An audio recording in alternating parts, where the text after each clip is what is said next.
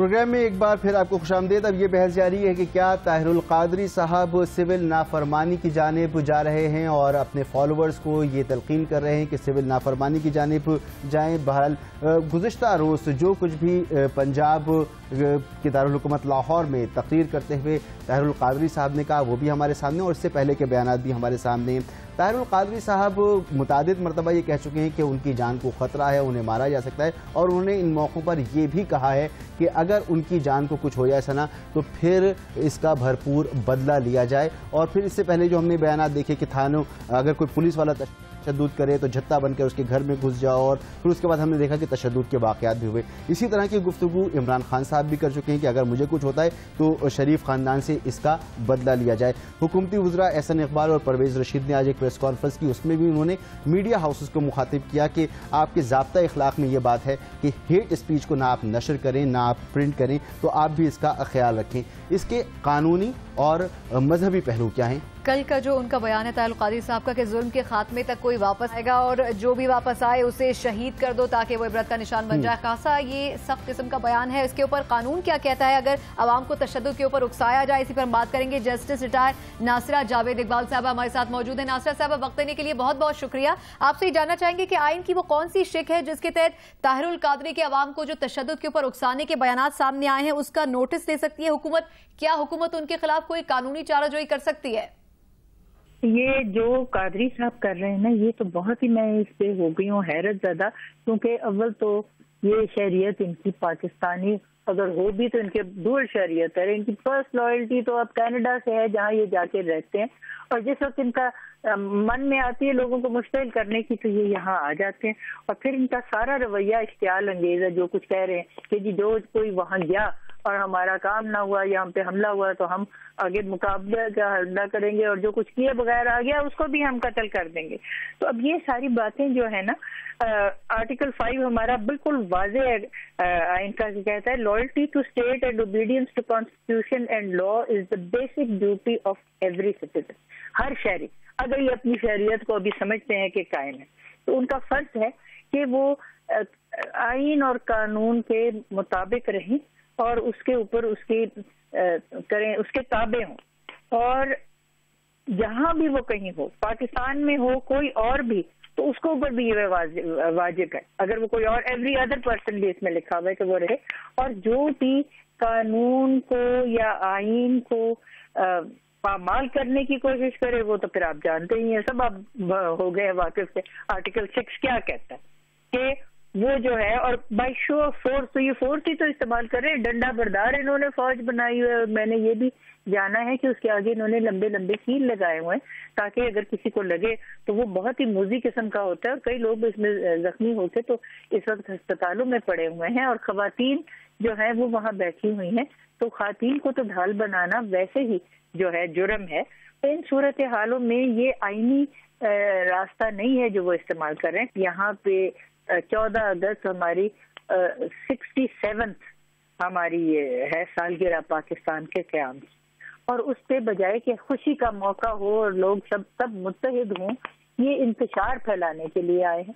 اس موقع پہ یہ کیوں انتشار پھیلانے کے لیے آئے ہیں؟ مجھے تو ان کے جو مقاصد ہیں وہ بڑے لگتے ہیں پاکستان کے لیے خوفناک۔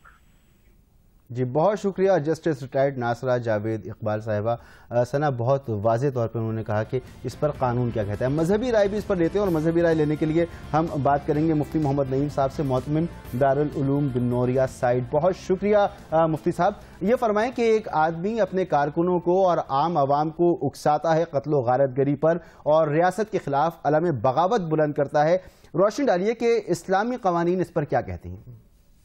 سب سے پہلی بات تو یہ ہے کہ مجھے افسوس ہے میڈیا پر کہ میڈیا ان کو علامہ کہتا ہے، اور یہ میڈیا کا بہت بڑا جرم ہے کہ یہ علامہ نہیں، میں تو یہ سمجھتا ہوں کہ یہ آدمی اس قابل نہیں ہے کہ اس کو کسی نام سے پکارا جائے، جس نے بہت سارے نقصانات پہنچا رہا ہے۔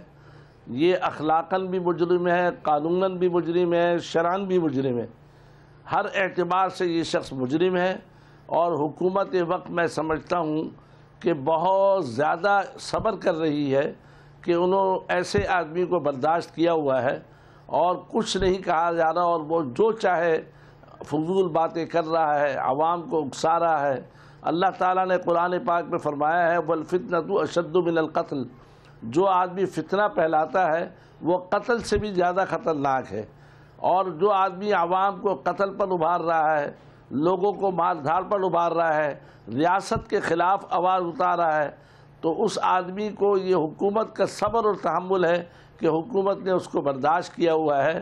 ہم یہ سمجھتے ہیں کہ حکومت کیوں نہیں ایسے آدمی کو پکڑ کے سزا دیتی جس نے معصوم ہماری عوام کو گمراہ کر رہا ہے۔ اس لیے پہلی بات تو یہ کہ اس کو قطعاً علامہ نہ کہا جائے، دوسری بات یہ کہ یہ آدمی اس کے قول میں تضاد ہے، اس کی تحریروں میں تضاد ہے، ایک بات کل کرتا ہے دوسری بات دوسرے دن کرتا ہے، اس کی تحریروں کے اندر تضاد ہے۔ یہ حالات تو ویسے ہی صحیح نہیں ہیں، ملک کے اندر مسائل درپیش ہیں۔ اب ایک حکومت آئی ہے، ان کو موقع دیا جائے کام کرنے کا، ان کو خدمت کا موقع دیا جائے۔ اس طریقے سے ہر آدمی آ کر انقلاب کا نعرہ لگا کر ملک میں تبدیلی لاتا رہے گا، اس سے ہمارے ملک کا بھی نقصان ہوگا، ہمارے ملک کی معاشی حالات بھی خراب ہوں گے۔ اس لیے کسی طرح بھی ایسے آدمی کی بات پر توجہ نہ دی جائے، اور میں میڈیا سے بھی درخواست کروں گا کہ سارا یہ جو پروپیگنڈا میڈیا کے ذریعے ہو رہا ہے، میڈیا قطعاً اس آدمی کی بات کو اہمیت نہ دے اور نہ لے، اور جب اہمیت نہیں دے گا، میڈیا نہیں لے گا، یہ خود بخود خاموش ہو جائے گا۔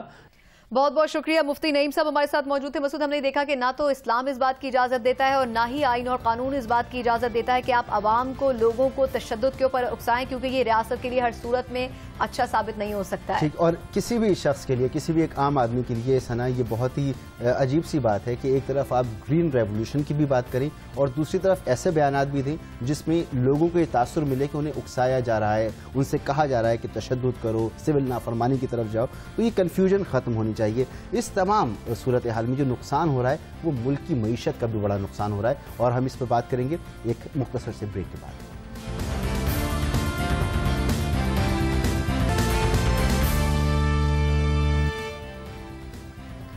بریک کے بعد ایک بار پھر خوش آمدید کہیں گے۔ ایک جانب ملک میں انقلاب کی، مارچ کی آوازیں گونج رہی ہیں، دوسری جانب عوام کے بنیادی مسائل کی طرف توجہ نظر نہیں آ رہی ہے۔ عوام کا بنیادی مسئلہ کیا ہو سکتا ہے؟ بے روزگاری کا خاتمہ ہونا چاہیے، مہنگائی کم ہونی چاہیے، پیٹرول گیس دستیاب ہونی چاہیے، 2 وقت کی روٹی انہیں سکون سے ملنی چاہیے۔ لیکن مسعود، آج ہم جو دیکھ رہے ہیں خاص طور پر معیشت کے اندر ایک بہت ہی بری خبر جو کہ ہم نے دیکھی خاص طور پر اسٹاک ایکسچینج کے اندر، کہ آج تاریخ کی بدترین مندی ریکارڈ کی گئی، یعنی کہ کسی بھی ایک دن انڈیکس اتنا نہیں گرا۔ آج تقریباً 1300 سے زائد پوائنٹس کی کمی ہوئی، یقیناً اس کے بہت برے اثرات معیشت کے اوپر مرتب ہوں گے۔ جی ہاں بالکل، اس پر ہم بات بھی کرتے ہیں اور ہمارے ساتھ ثنا اس پر موجود ہوں گے۔ جنید اقبال ہمارے ساتھ موجود ہوں گے، ماہر معاشیات ہیں۔ بہت شکریہ جنید۔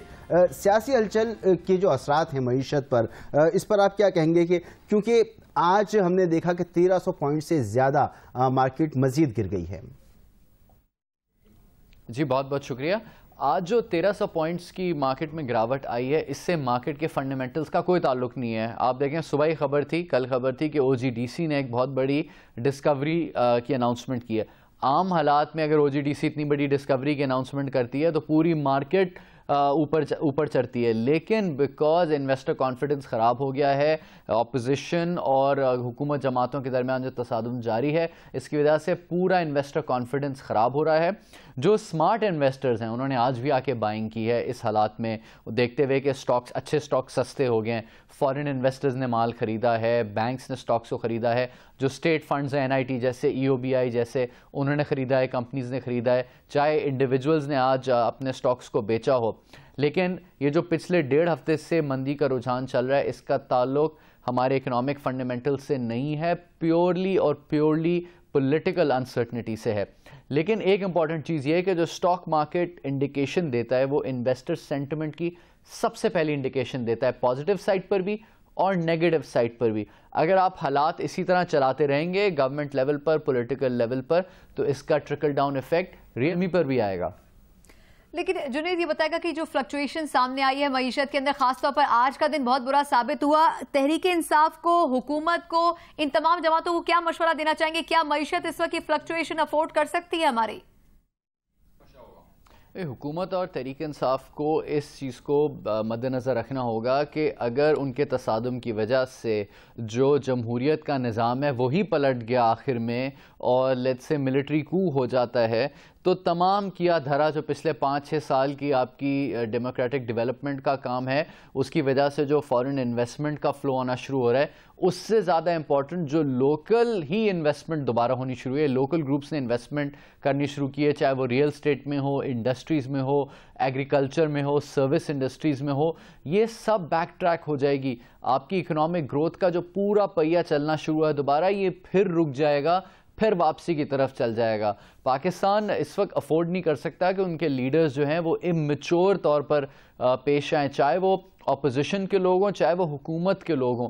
اگر کوئی مسائل ہیں تو ان مسائل کا حل دونوں پارٹیوں کو بیٹھ کر حل کرنا چاہیے ایک ٹیبل پر, کیونکہ اب یہ کروڑوں لاکھوں عوام کی روزگار کا, ان کی فلاح و بہبود کا سوال ہے. یہ صرف سیاسی مینڈیٹس کا سوال نہیں ہے.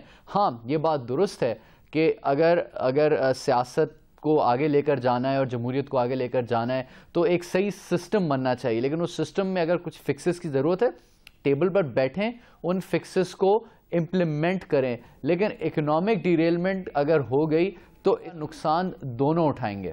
بہت شکریہ جنید اقبال, ماہر معاشیات ہمارے ساتھ موجود, اور ثنا انہوں نے بھی اسی خدشے کا اظہار کیا کہ سسٹم کو ڈیریل نہیں ہونا چاہیے, سسٹم کو چلنا چاہیے, معیشت کو چلنا چاہیے, ملک کو ترقی کرنی چاہیے. سیاسی جماعتوں میں اپنے مسائل اپنی جگہ, لیکن ملک کا جو پہیہ ہے وہ چلتے رہنا چاہیے کیونکہ عوام معیشت سے جڑے ہیں. اگر معیشت کی ریڑھ کی ہڈی ٹوٹ دی جائے گی تو پھر یقینی طور پر اس کا اثر عوام کے اوپر بھی پڑے گا. کل اہم ترین خبروں کے ساتھ ایک بار پھر آپ کی خدمت میں حاضر ہوں گے, تب تک کے لیے اللہ حافظ.